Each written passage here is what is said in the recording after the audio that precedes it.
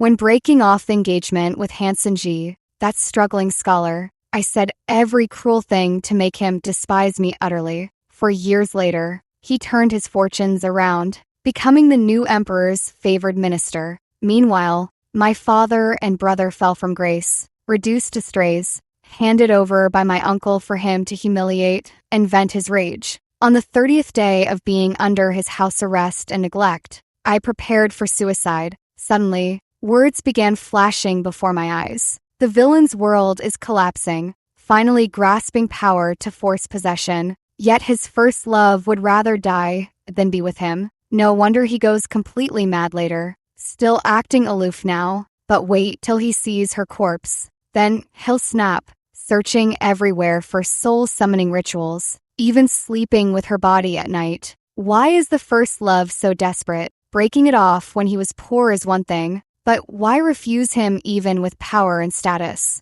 Insisting on death, probably afraid he'd take revenge. Spot on. I gripped the porcelain shard tightly, utterly bewildered. Hanson G loves me but can't have me? Can't be true. It's already been a month at Hanson G's residence. For an entire month, I haven't stepped out of the mansion once, nor exchanged a single word with Hanson G. Occasionally, we cross paths from afar in the long corridor or garden, but Hanson G would hurry away, not even sparing me a glance. Though Hanson G didn't restrict my movements, he treated me as if I were utterly insignificant. I felt like a decorative piece that had been delivered, placed in the mansion, and then completely ignored. It was as if a sharp sword hung over my head, ready to fall at any moment. Times had changed. The new emperor had ascended the throne, and Hanson G was now highly favored. And I was no longer the cherished noble lady, once doted on by my father and brother. Hanson G's reputation for ruthlessness, cold-bloodedness, and a penchant for killing was well known throughout the capital. Otherwise, my uncle wouldn't have feared that my past decision to break off the engagement would implicate the entire Song family, hastily flattering and sending me here. Hanson G kept me here, but left me neglected in the rear courtyard, without a single word. The more he acted this way, the more anxious I became. He must be brewing some method to torment me. Hanson G now commands the imperial prison, rumored to harbor thousands of methods for tormenting prisoners. Reflecting on my current plight, father and brother exiled, uncle's betrayal, and now facing Hanson G's cruelty, would he sever my limbs, cut out my tongue, or sell me to a brothel? Trembling with fear through sleepless nights, dark circles under my eyes, I finally resolved, rather than await Hanson G's revenge and a torturous death, I'd seize control of my own fate. Shaking, I shattered a teacup and clutched a sharp fragment. As I prepared to draw it across my neck, these words suddenly flashed before my eyes. They claimed Hanson G held feelings for me and would spiral into madness after my death. Could it be true? For years ago, our engagement ended in an ugly spectacle between us. In my arrogance, I hurled the ancestral engagement token directly at his face. Hanson G remained silent, jaw clenched, eyes faintly red, a portrait of suppressed fury and deep resentment. Back then, I was the celebrated daughter of a high-ranking minister in the capital, while he was a struggling scholar from a fallen family. No one thought there was anything wrong with what I did. Now, our positions are reversed. He stands high and mighty, while I've become a stray. Everyone assumed that once Hanson G rose to power, he would surely take revenge on me, the woman who failed to see his worth. Even I thought so. After hesitating for a while, the live comments on the screen began to scroll again. Revenge? The villain might indeed seek revenge on her, but only in bed at most. He'd refuse to coax or stop. Don't be fooled. He's been holding back for a month, actually waiting for his first love to reach out, testing who could stay patient longer. But she ended up quietly exiting the scene. Can the first love please not die? Stay alive and keep this villain in check. Okay, look how much the protagonists suffer later, tormented by him, and it even ends in a bad end. So tragic, I don't want to die either. If it weren't for the fear of torment, who would choose death? Slowly, I lowered the porcelain shard pressed against my neck. Huh? What's happening? It looks like she really isn't going to die. The next moment, the sound of the door being pushed open echoed. Miss, the attending maidservant entered, glanced at the floor, then at the porcelain shard in my hand, and let out a piercing scream. Someone, come quickly. The miss is attempting suicide. With that, she dashed outside. No, I changed my mind. As luck would have it, my hand slipped abruptly, and the porcelain shard gouged a hole in my palm, causing blood to gush forth instantly. Suicide? Hanson G. stood sternly outside the screen, listening to the servant's report. How did you all fail to watch over her? He had just returned from duty, still clad in his crimson official's robe, his striking features shadowed with a cold, intimidating severity. Go and receive your punishment. Withdrawing my bandaged hand from the doctor, I mustered the courage to explain. I wasn't trying to kill myself. The teacup just broke, and I accidentally cut myself. Hanson G. didn't even glance up. Negligence in supervision still warrants punishment. It scared my brother half to death. He rushed back in a panic upon hearing the news, even tripping on the steps in his haste. The villain's character design is flawless, and his wealth is secured. So why doesn't the first love like him? Too stubborn with his words. That's why. If he just talked properly with the first love, it might have worked out. Instead, he leaves her hanging, ending in mutual destruction. My gaze fell on Hanson G's knee. There was indeed a faint smudge of dust on his robe at that spot. I looked up to study his expression. His thin lips were pressed tightly, and his jaw was tense, betraying his nervousness. Could those words actually be true? An indescribable emotion stirred in my heart. After a moment's thought, I spoke slowly. It was just an accident. I'm fine. No need to worry. Worry? Hanson G cut me off, stepping forward with a condescending air. Overthinking it. It's merely for auspiciousness in the new residence. I don't want any deaths in my household. He sneered, curling his lip. Besides, if you died here, how would that tarnish my official reputation? My throat tightened, and I swallowed the words I was about to say. So those words were just lies after all. Hanson G. looks like he wants nothing more than to tear me to pieces. How could he possibly have any affection for me? That's hilarious. Does he even have a reputation to protect? Fake, fake, fake, fake, fake, fake, fake, fake, fake, fake, fake, fake, fake. Does he even want a wife? He'll end up a weeping widower with nothing but regrets. In the moment I lowered my gaze, Hanson G spoke coldly. From today onward, you will move into my courtyard to prevent you from causing any more trouble. Amidst the murmurs and whispers, my eyelashes fluttered slightly. Isn't this a bit inappropriate? Living in his courtyard. Wouldn't that mean we're separated by just a single wall? A man and a woman alone together. Don't forget, Lord Song has already given you to me. Hanson G took another step forward, completely enveloping me in his shadow. He narrowed his eyes slightly. You'd better obey me, or I can't guarantee what I might do to you. And just like that, I was settled into Hanson G's courtyard. Even though I repeatedly insisted I had no intention of suicide, Hanson G still refused to believe me. Every sharp object in the room was taken away, and there was even someone stationed outside to keep watch every day. I've also figured out the situation with those words. Turns out, the world I'm in is actually a storybook. Those words are the audience of the storybook. In the story, Hanson G is the future villainous corrupt minister who commits every evil, controls the court, brings disaster everywhere, even separates the protagonists, leading the entire story to a tragic ending. Hanson G's family fell into decline, and since childhood, he endured scorn, forcing him to study diligently for the imperial examination. Unfortunately, he offended the powerful, had his hand broken before the exam, and even his childhood fiancée broke off their engagement to be with someone else. He completely turned to darkness, determined to stand at the pinnacle of the world and crush everyone beneath his feet. And Hanson G indeed succeeded. With no hope in the imperial examination, he joined the Fifth Prince as a strategist, scheming tirelessly to help him outshine the other princes. Ultimately, the late emperor passed the throne to the Fifth Prince on his deathbed. Having bet correctly, Hanson G rose to power, becoming someone no one dared to cross. Yet, he still pined for the fiancée who had left him, which is me. I originally didn't believe it, but now, with Hanson G's demeanor, I couldn't help but believe it. Since moving into his courtyard, he would come by every day after court to check on me, watching as the doctor changed my bandages. When I looked up at him, he would say nothing and leave in silence. Encouraged by those words, when he came again, I spoke first.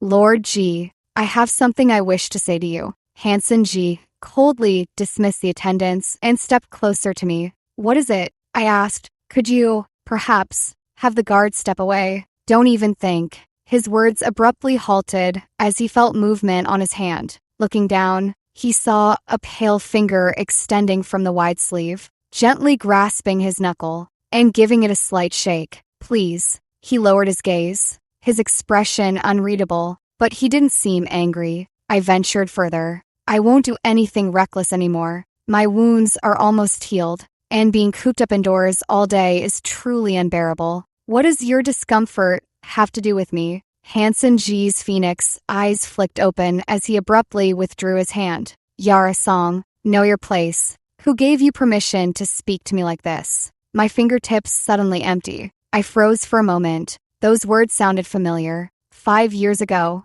Hanson G came to the capital for the imperial exams, bringing the token from that year to our doorstep, requesting shelter. At the time, he was penniless, and the influential figures he defended blocked him from settling in the city. With no other options, he turned to the Song family for help. It was only then that I learned I had a fiancé whose family had fallen into decline. Even though Hanson G only asked for lodging and never mentioned engagement, my father, impressed by him, brought it up himself. Back then, I simply thought he was hypocritical. To my face, he insisted he dared not aspire so high, yet he still showed up at the Song family's door, tarnishing my reputation. The young ladies I was close with at the time all mocked me for having a destitute fiancé. Even young Master Pei, whom I secretly admired, came to know of it. I warned him, Hanson G, you'd better know your place and stop fantasizing about me.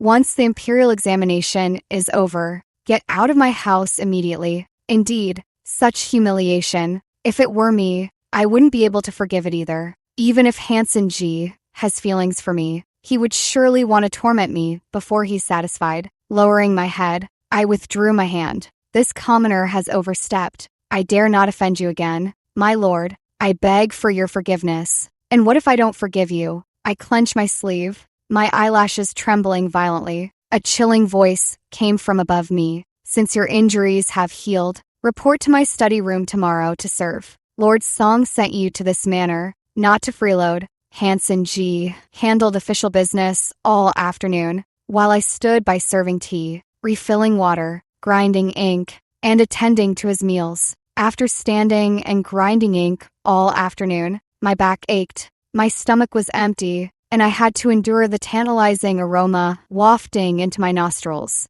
The meal was lavish, but Hanson G had little appetite and soon set down his chopsticks. Hungry? I hesitated, then nodded. His tone was uncharacteristically gentle. Sit. Following his command, I sat down. Hanson G pushed the bowl and chopsticks toward me, his phoenix eyes lifting with a hint of mockery. Eat. Was he really making me use his utensils to eat his leftovers? What a dog this villain is, deliberately angling for an indirect kiss. Isn't he? I really want to hit him. No wonder he ends up lovelorn and chasing his wife to the crematorium. That'll teach him to behave. I looked up at him. Hanson G wore a leisurely expression, as if waiting to see how I would react. In the past, if anyone dared treat me like this, I would have leaped up and flipped the entire table. But now, I no longer had the right to be willful. Obediently picking up his chopsticks, I prepared to eat without protest. Yet, for some reason, Hanson G grew angry, his expression suddenly turning cold. Yara Song, since when did you learn to be so obedient? You do whatever you're told. If I asked you to warm my bed, would you comply without a single complaint? Bed, warmer? I frowned slightly. Please maintain your dignity. Lord Hanson, dignity? My chin was gripped. forcing me to meet Hanson G's cold, fierce eyes. Your uncle sent you to my residence. What do you think you're here for? I remained silent, which Hanson G interpreted as quiet defiance. He sneered. What? Still determined to keep your chastity for Walter Pay? Why bring up Walter Pay out of nowhere? Jealousy, possessiveness, madness. Next should be a forced kiss. Villain, don't hold back. Just kiss her. Kiss her. I want to see it. Same here. Seeing these words, I finally understood. He was jealous. Back then, I did harbor feelings for Walter Pay. After breaking off the engagement with Hanson G, Walter Pay, and I even publicly announced our intended marriage. Parting my lips, I explained, Walter Pay and I have long been over. His fingers tightened on my chin as Hanson G narrowed his eyes, scrutinizing my expression. Cut ties? What, are you afraid I'll do something to him? Does Hanson G not understand human language? I'm really starting to get angry. The screen full of kiss comments was dizzying, with Hanson G's face right before me. Steeling myself, I cupped his face and kissed him. Damn, first love, sis, is this bold? My lips met warmth, and the person beneath me stiffened instantly, his breathing turning ragged. His scorching breath hit my face, and I pressed against him uneasily. My heart was pounding. I've been this forward. Surely Hanson G won't keep saying one thing and meaning another. But things didn't go as planned. Hanson G pushed me away and stood up abruptly. You think seducing me will make me yours to control? He looked down at me, his expression icy. Yara Song, you overestimate yourself. That night, I was indeed summoned to be his bed. Warmer. I resolved never to heed those words again. Hanson G can do whatever he pleases.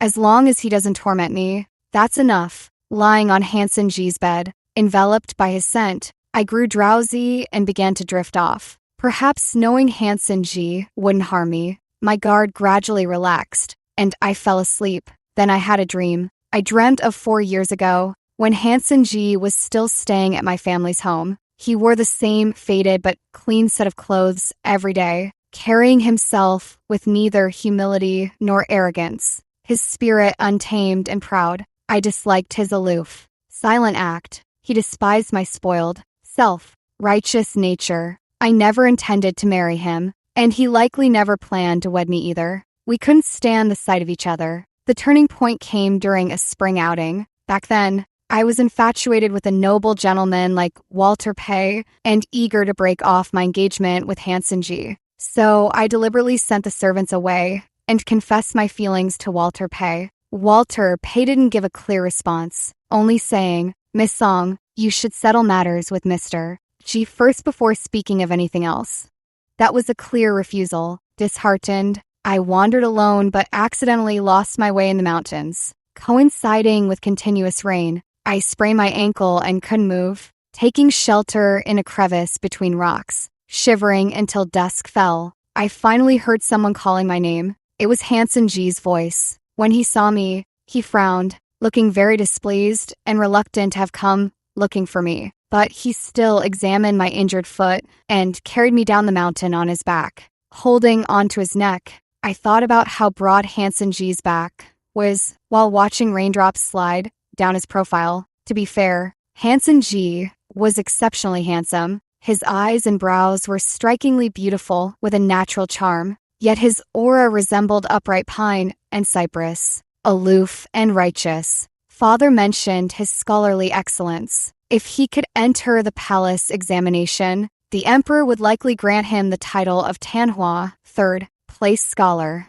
By then, if he could learn to speak more gently and kindly, this marriage might not be entirely unacceptable. Before I knew it, I found myself paying more attention to Hanson G, watching his clean, pale fingers, his stubbornly handsome brows and eyes, his broad and upright figure. Over time, Walter Pay had long been forgotten, cast to the winds. When Father brought up the marriage arrangement again, I didn't protest or stomp my feet. Father was a minister of the court, sharp-eyed and discerning. He surely wouldn't misjudge a person. Marrying Hanson G might not be such a bad idea after all. On the eve of the imperial examination, I sought out Hanson G. If it weren't for my father's favor, someone like you would never have crossed paths with me. You'd better excel in the exams. Then, perhaps, I might consider this marriage. Otherwise, not a chance. Later, Yara's song. A familiar voice sounded,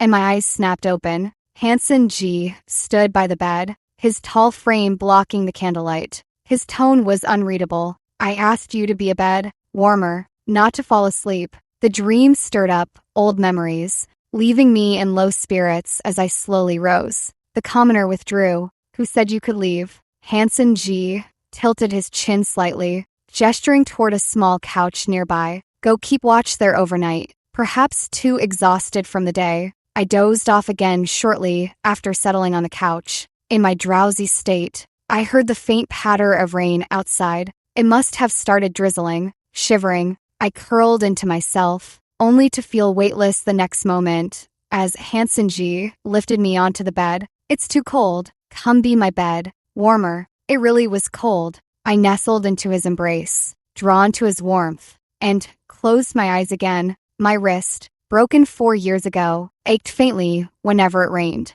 Now, Hanson G used that very hand to hold Yara's song, the one who broke off their engagement after his hand was shattered and his scholarly hopes dashed. Hanson G stared at Yara's song's sleeping face, as if his gaze could bore a hole through her. He had always known Yara's song looked down on him. Yara's song gave him cold looks and disdain. So, he never held out hope for fulfilling this marriage arrangement. But later, she changed. At the spring outing, Hanson G watched from afar as Walter Pei gently rejected Yara's song. Later, she seemed to give up and turn her attention to him instead. She either had clothes made for him as an afterthought or sent him things along with others. Back then, he was on good terms with her brother, so she often came to see him under the pretext of visiting her sibling. Hanson G should have felt scornful, proud and arrogant, having witnessed her confess her feelings to Walter Pei only to settle for him as second choice. He should have felt scornful, but he couldn't control his heart. She was supposed to be his wife all along. It was merely youthful ignorance, deceived by someone hypocritical and sanctimonious. Now that she had returned to the right path, and he was 5 or 6 years her senior, it was only right that he forgive her. On the eve of the imperial examination, she came to find him, her expression both awkward and endearing. If it weren't for my father's favor, someone like you would never have crossed paths with me. You'd better excel in the exams. Then, perhaps, I might consider this marriage. Otherwise, not a chance. He lowered his head to stare at her. Miss Song, didn't you say before that you'd rather die than marry me?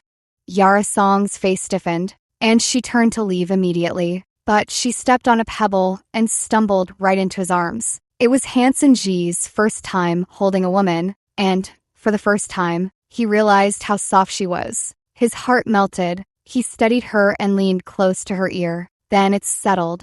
Yara Song blushed furiously, broke free from him, and ran off. But later, on his way to the 3rd Imperial exam, he was ambushed by men sent by the Qin family, who broke his right hand, ending his scholarly ambitions and future prospects. Yara Song promptly called off their engagement. As if blaming him for his failure, she threw the engagement token at him. Her expression was resolute, as if the tenderness of that day had never existed. His hand ached, and so did his heart. Numbly, he packed his belongings and left that very night. Did he hate her? He felt that he did not. His family had fallen into decline, coming from humble origins, and, with his hand crippled at that time, his future was uncertain. It was only reasonable for her not to marry him. Hanson G simply resented it. If Yara Song had never had any affection for him, that would have been one thing, but they had once briefly shared mutual feelings. If she had only been interested in his prospects,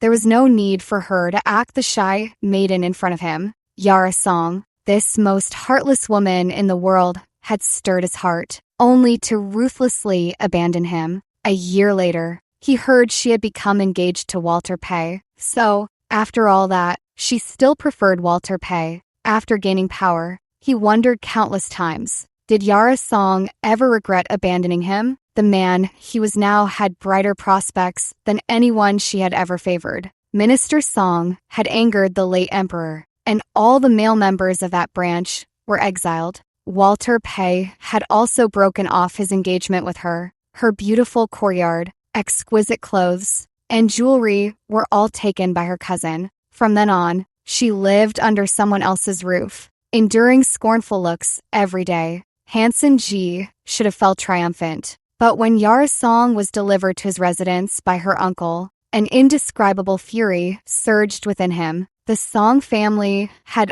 already degraded her to this extent, treating her like a plaything to be passed around. He decided to keep her. Now, Yara Song was right beside him, staring at Yara Song's serene sleeping face. A wave of brutality welled up in Hansen Ji's heart. How dare she? After abandoning him, she could still sleep so soundly by his side. Was she so confident he wouldn't harm her? Recalling the kiss from earlier that day, Hansen Ji leaned down without hesitation, pressing against her with a fierce, greedy assault of biting and sucking. In her sleep, Yara Song seemed to sense it, letting out 2 dissatisfied murmurs. Hansen Ji paid no heed, savaging her lips like a vicious wild dog. He hoped she would wake up from this, wake up and see how he would make her pay. When consciousness returned, her lips throbbed with pain. Opening my eyes, I saw more text than ever before. Who dared to look at the villain's face yesterday?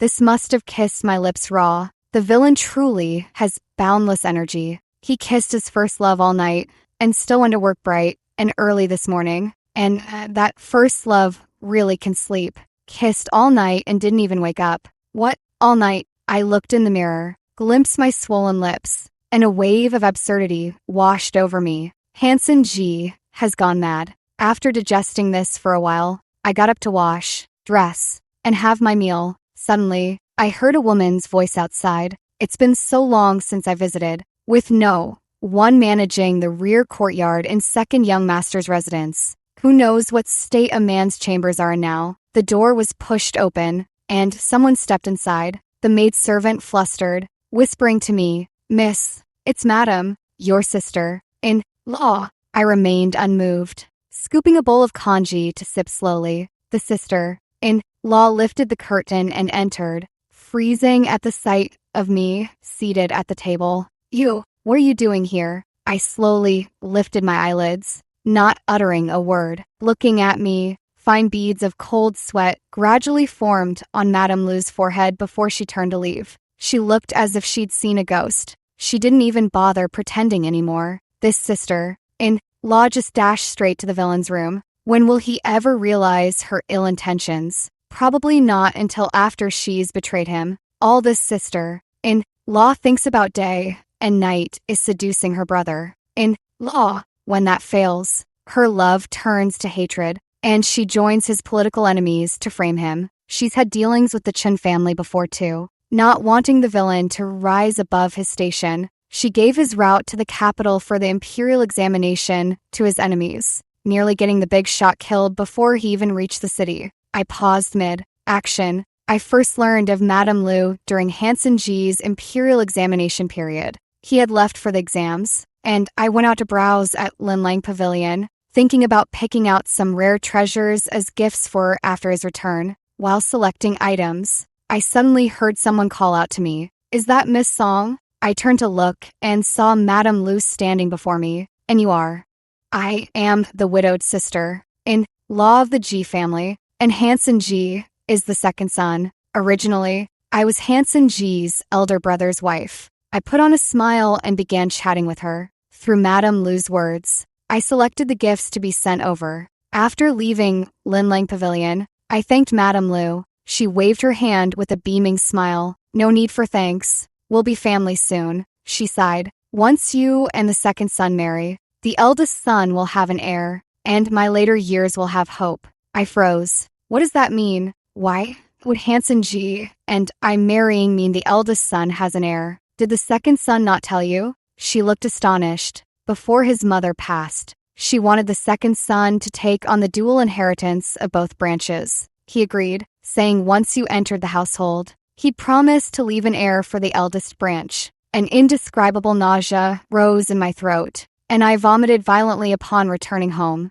That night, I developed a high fever and remained ill for many days before barely regaining clarity. After recovering, I just caught Hansen G returning to the estate. I immediately rushed out to break off the engagement and threw the engagement token in his face. Hansen G soon left the Song family as well. Seeing how agitated I was, those around me didn't dare mention Hansen G's name in front of me. Later, I found out he never finished the exams. On his way to the final imperial examination, someone broke his hand, but by then, Hansen G had already vanished without a trace. Impossible to find. Looking back now, it all seems too coincidental, especially the appearance of Madame Liu. The G family settled in Hongnong, and he came to the capital alone for the imperial examination. Yet his widowed sister-in-law came to the capital by herself right during his exams, just happened to run into me, and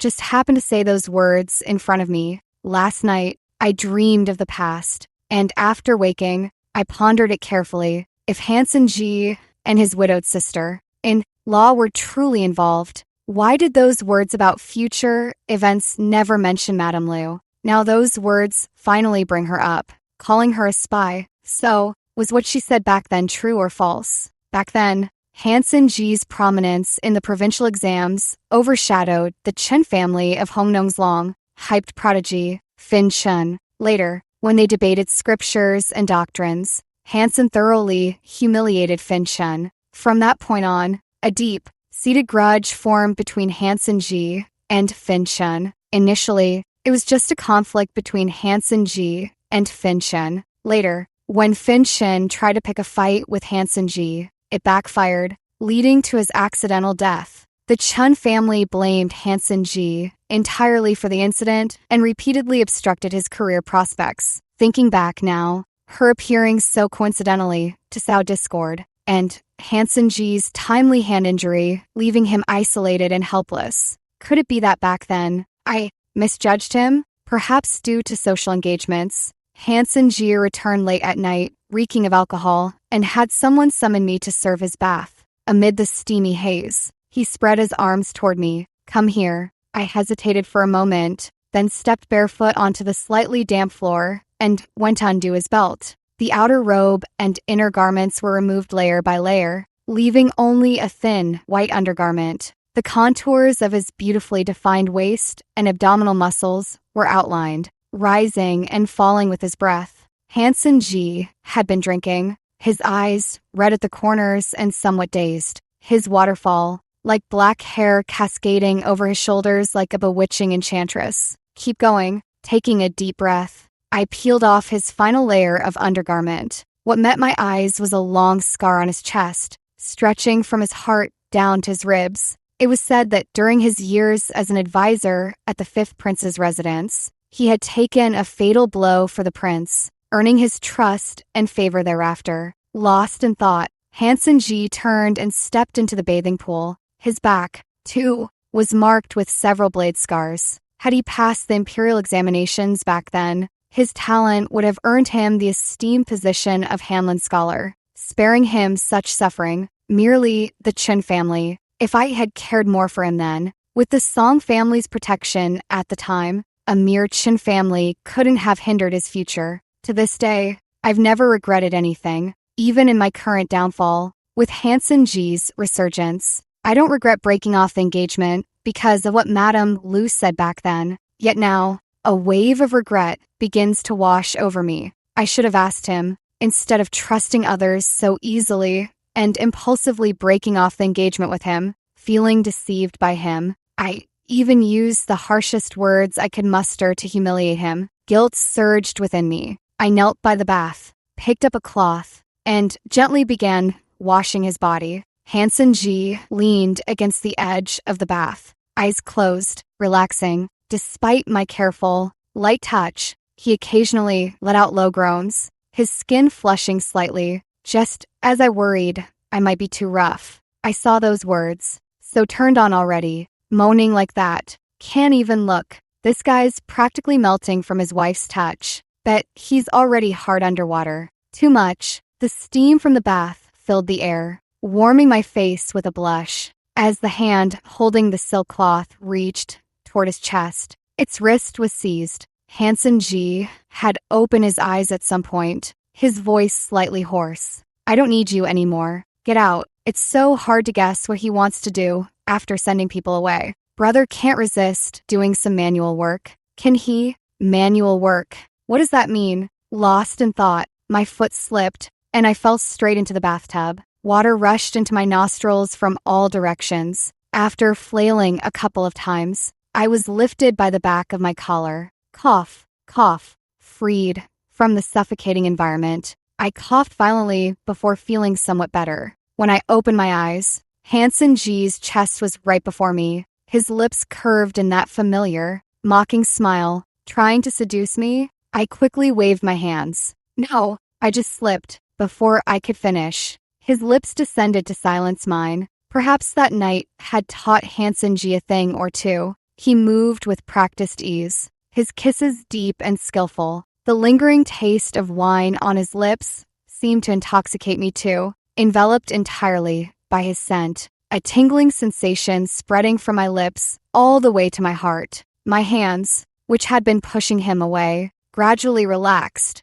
and I melted into his embrace. After kissing for a while, I parted my lips to catch my breath during a brief pause. When he pulled away, Hanson G lowered his head just as I did, as if unlocking a new world, pressing in forcefully without leaving any gap. Feeling dizzy, I could only cling to his shoulders, letting out a weak, breathy sigh. When we parted again, his eyes were filled with a beast, like crimson glow. Yara song, remember, you started this. So, this is what manual labor meant. Pressed wetly against the bathtub, my wrists aching, I couldn't help but murmur a soft complaint. How much longer is this going to take? Hanson G grunted. There's a faster way. With that, he reached out and lifted me from the bathtub. In that moment, I hesitantly began, back then, before the rest of my words could escape. His lips sealed mine again. I frowned slightly and pushed him away. Back then,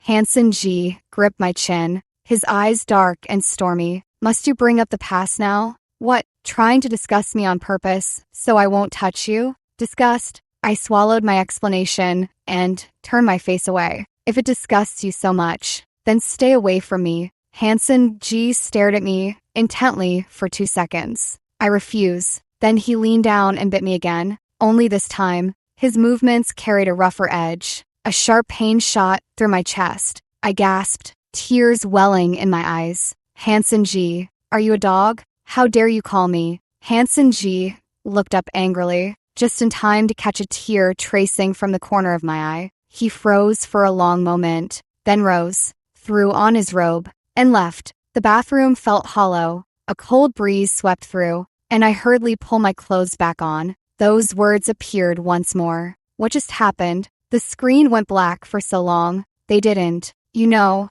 did they? Totally. The first love's neck is covered in hickeys, her eyes and nose all red. Quite the opposite. Back in my room, I looked at my reflection in the mirror, sniffled, and felt like crying. I miss father and brother so much. I had hoped that, by going along with Hanson G and pleasing him, I might beg him to find a way to bring father and brother back. Not necessarily to restore their official posts, but even just sparing them from hard labor and exile would be something. But now it seems that hope is slim. Hanson G doesn't want anything to do with me anymore. He hasn't even mentioned having me serve him again. It feels like I'm back to how things were when I first arrived at the G household. Meanwhile, Madame Lou has come again, saying she wants to arrange a marriage for Hanson G. With Hanson G's rising status, even Madame Lou, as his sister-in-law, is often invited to banquets hosted by noble families in the capital, asked to make connections and help out. So Madame Lou seized the opportunity to do a favor and delivered the portraits to the G residence. Hanson G accepted it. When the maidservant told me, my heart ached faintly. Indeed, no matter how much Hanson G couldn't let go of me, it wouldn't stop him from marrying another woman. As the daughter of a disgraced official, he could never marry me. Feeling resentful, I kept my distance from Hanson G until one day in the garden, an unfamiliar maidservant bumped into me and slipped a note into my hand. Back in my room, I saw it was unmistakably Walter Pay's handwriting. He said he had just learned I was trapped at Hanson G's place and would help me escape.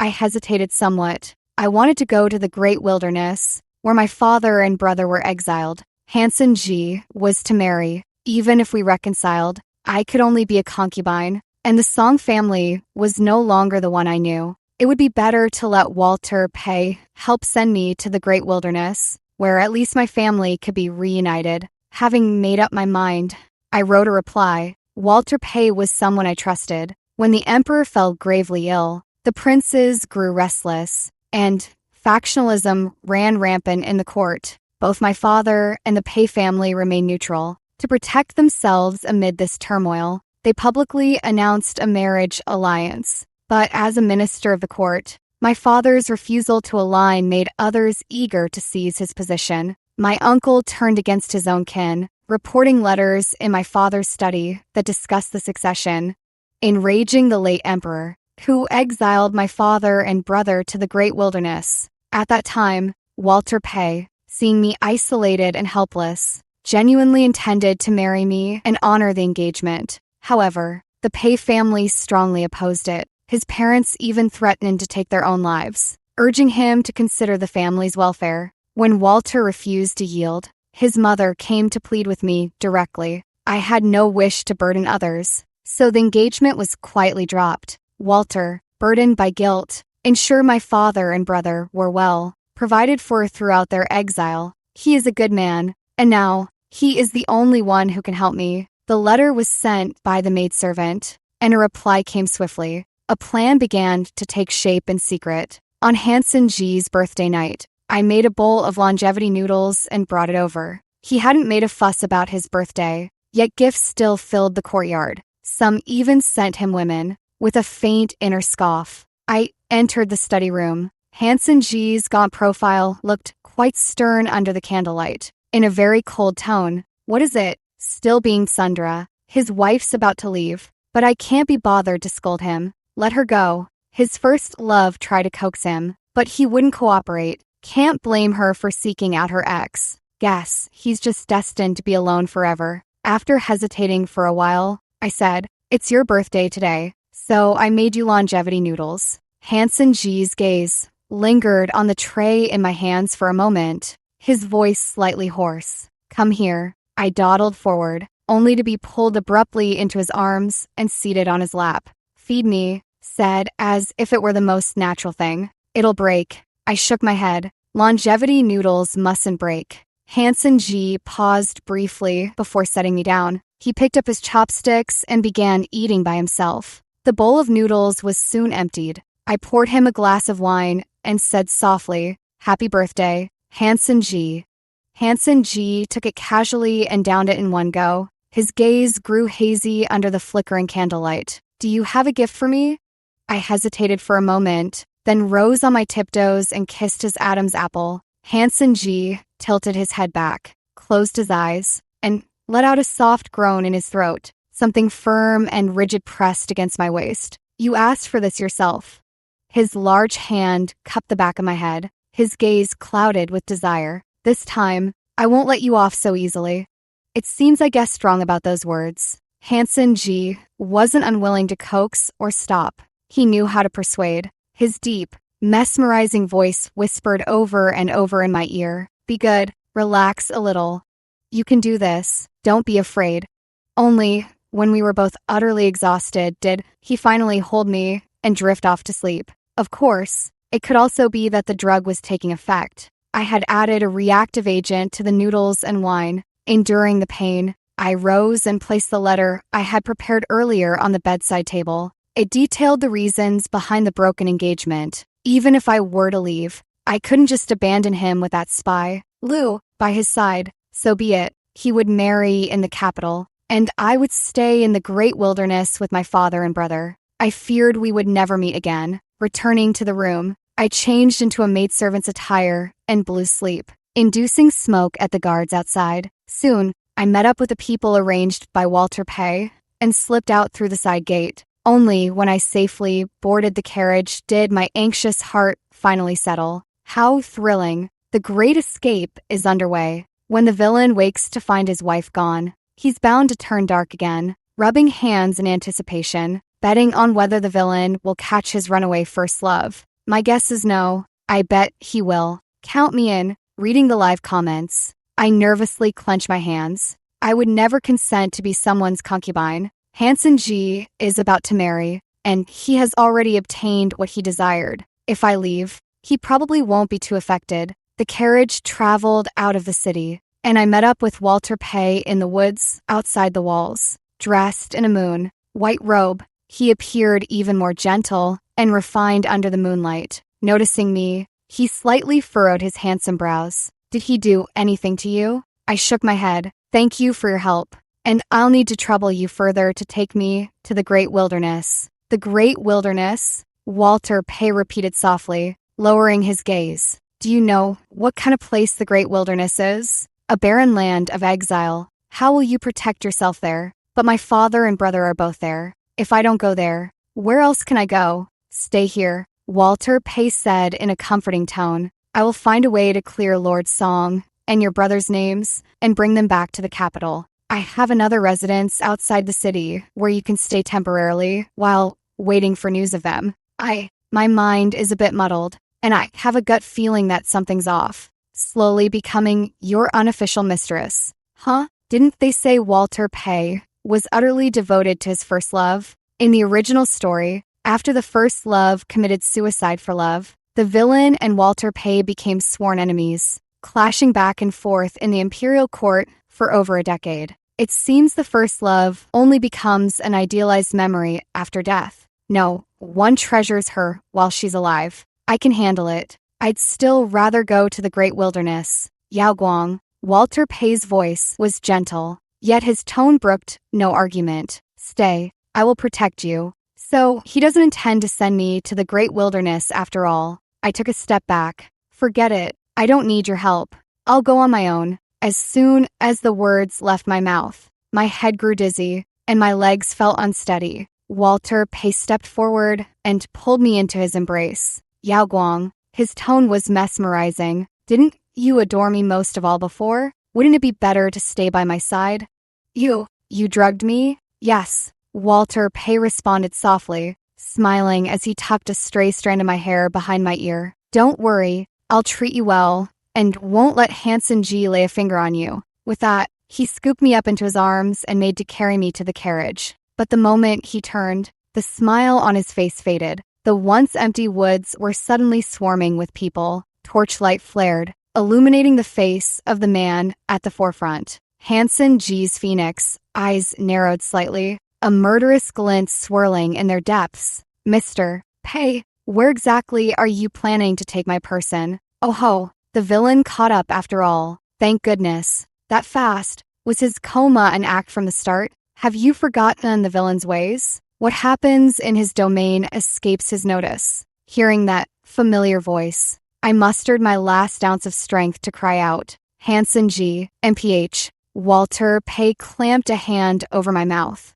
his expression deceptively calm. Lord G, is this really necessary? You know as well as I do that Yao Guang and I are deeply in love. Why else would she seek me out willingly? Please don't try to separate two hearts that belong together. Hanson G lowered his head with a faint smile, then drew an account book from his robe. Do you know what this is? Walter Pay's face instantly paled. Hanson G's expression was disdainful, his tone icy. It seems you've grown tired of living. You can't even clean up your own mess. Yet you dare provoke me. The Pay family, a century-old distinguished clan. What a pity it would be to see it ruined in your generation. Don't you agree, young Master Pay? The carriage rocked gently along the road. I glanced at the man beside me, his eyes closed in rest, and felt a flutter of unease in my chest. With leverage over the Pay family in hand, Hanson G forced Walter Pay to release us and even provide the antidote for the muscle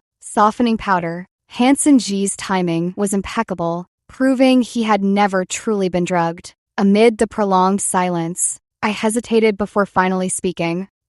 Hanson G's eyes snapped open, their gaze sharp and cold. There's nothing between Walter Pay and me. I just wanted him to help send me to the great wilderness. Under his intense gaze, my voice grew softer and softer. I never expected him to be that kind of person. The great wilderness, Hanson G said in a mocking tone. It seems you're quite unhappy staying by my side, preferring to dig for, or in the great wilderness, rather than remain here. I lowered my eyes. I just don't want to be a concubine. I'd rather die than be one, even if I'm not what I used to be. I won't allow others to humiliate me so easily. Not even Hanson G can do that. Hanson G heard this. His jaw tightened as if he was struggling to contain his anger. When did I ever say I would make you a concubine? So, not even a concubine. Then, my mood sank even lower. Didn't you accept portraits of other women planning to marry? Hanson G let out a cold laugh, his suppressed anger finally boiling over. Yara Song, are you an idiot? When did I ever say I wanted to marry? When did I agree to carry on the main family line? You always believe others over asking me. Just how terrible am I in your eyes? Or does my flaws conveniently give you an excuse to leave me and go to Walter Pay? I froze slightly, watching as his jaw tightened and his beautiful phoenix eyes turned red. You are crying? Incredible. To see the corrupt minister villain cry. Only the first love could do this. A man's tears are a woman's stimulant. Slurp. First love. Don't comfort him. Let him cry. Seeing him cry, I felt at a loss. I didn't mean it that way. My connection with Walter Pay was just a political marriage announcement due to the capital circumstances. We never even exchanged betrothal letters. We've been over long ago. It's you I love.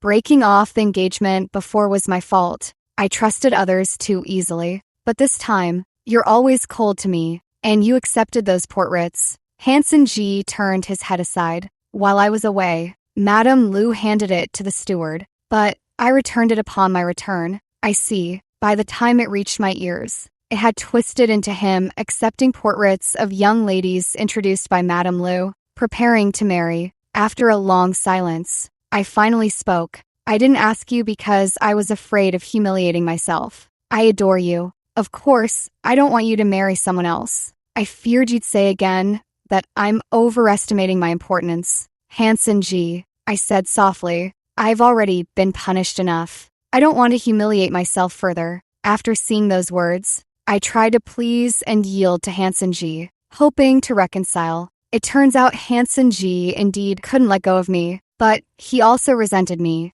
just as those words said. A first love only remains idealized in death. No, one treasures them while they're alive. Perhaps only after I truly die will my debts with Hanson G be cleared. But I'm still alive. His love, hate, ever changing attitude is utterly perplexing. But it's true. I was the one who wronged him back then. I have nothing left now. So taking revenge on me probably wouldn't be very satisfying for you. A thought suddenly brightened my eyes. How about this? Send me to the great wilderness to mine. I'll be covered in dust all day, exposed to wind and rain. Wouldn't that make you feel better? Yara Song. He gripped my chin, leaning in with dark, intense eyes. Are you trying to abandon me again? You took my innocence and now refuse to take responsibility? Ha ha ha. I'm dying of laughter. The villain is demanding commitment. How did this angsty romance turn into a comedy? I'll give you two choices. Hanson G declared imperiously.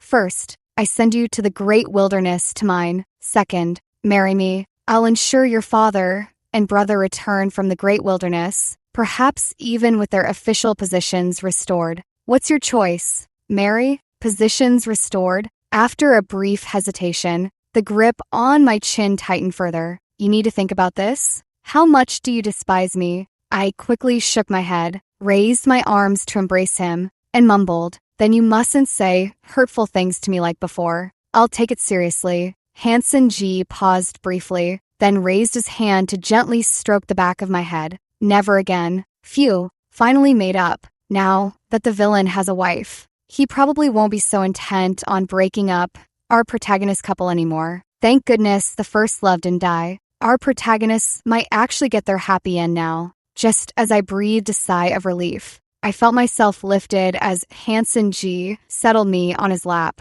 his phoenix eyes narrowing slightly. Also, you said earlier that your heart belongs to me. Prove it to me. I was a bit dazed, but I'm still hurting. Hanson G lowered his gaze. And yet you dared to run off with some random man? Feeling guilty, I buried my face in the crook of his neck. Let's talk about it tomorrow. Tomorrow. Epilogue. Madame Lu's identity as a spy was uncovered, and she was swiftly and mercilessly dealt with by Hanson G. She claimed the reason she colluded with the Chin family was her fear that he would rise too high and abandon her, his widowed sister. In law, weeping bitterly, she begged Hanson G to spare her life for the sake of his late mother and elder brother. Hanson G promptly sent her to meet his mother and brother in the afterlife. After marriage, I learned that his right hand ached faintly whenever the weather turned even slightly cold. Heart aching unbearably, I sought out a renowned physician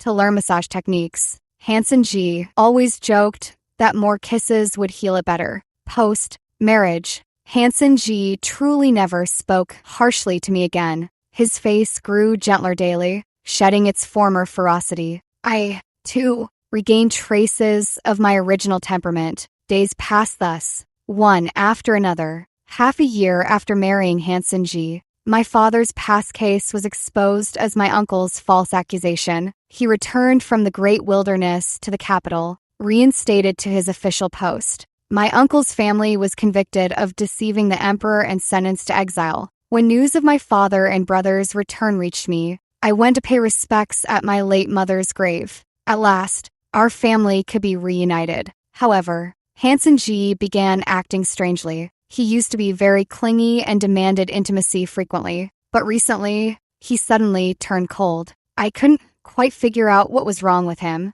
On the day I married Hanson G, those words vanished. I couldn't help wondering if he had grown tired of me, or perhaps regretted marrying me. It wasn't until he got drunk that he finally spoke his heart. Lying on his back, his dark hair spread out, he looked somewhat vulnerable. Am I useless to you now? What do you mean? I took his hand. Useless how? Lord Song has returned to the capital. You don't need to rely on me anymore. I'm useless now, so you don't need me, do you? As he spoke, his eyes reddened again. How could that be? Gently stroking his face, I suddenly understood his insecurity. Back then, he gave me a choice. Afraid I wouldn't agree. He even added the condition of helping my father and brother return to the capital. Does he think I married him just to play these political games? I kissed his cheek. Silly, I married you because I love you. Even if you hadn't promised to help my father and brother return to the capital, I would have agreed to marry you. His voice grew slightly hoarse. Prove it to me. I untied his robe and kissed his neck. Then this time, I'll be on top. Hanson G closed his eyes, his tone almost coquettish. It's chilly today. My hand hurts a little. Then I'll kiss it more.